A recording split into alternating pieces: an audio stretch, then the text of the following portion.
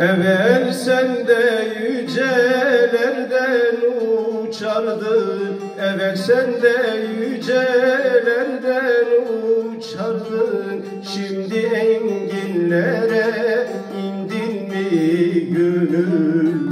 Derya deniz dağ taş demez gezerdin. Karada menzili aldın mı gönül? Derya deniz dağ taş demez gezerdin. Karada menzili aldın mı gönül? Karada menzili aldın mı gönül?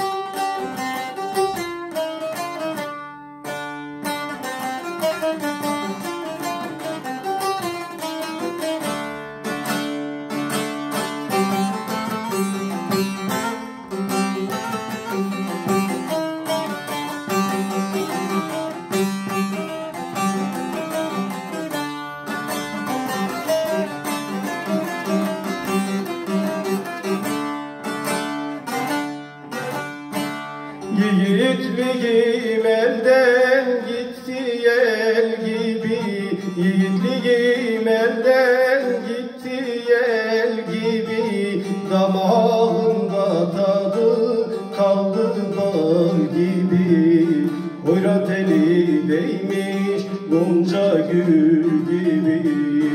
Bozulmuş ballara döndün mü gülüm? Hoyrat eli değmiş gonca gül gibi, bozulmuş ballara döndün mü gülüm? Bozulmuş ballara döndün mü gülüm?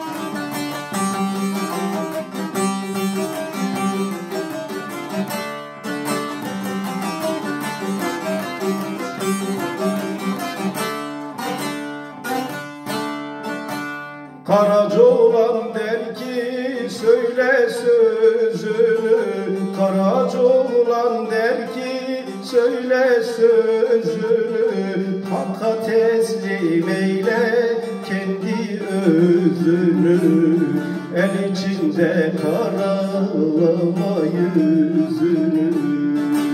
Yolun doğrusunu buldun mu gülüm?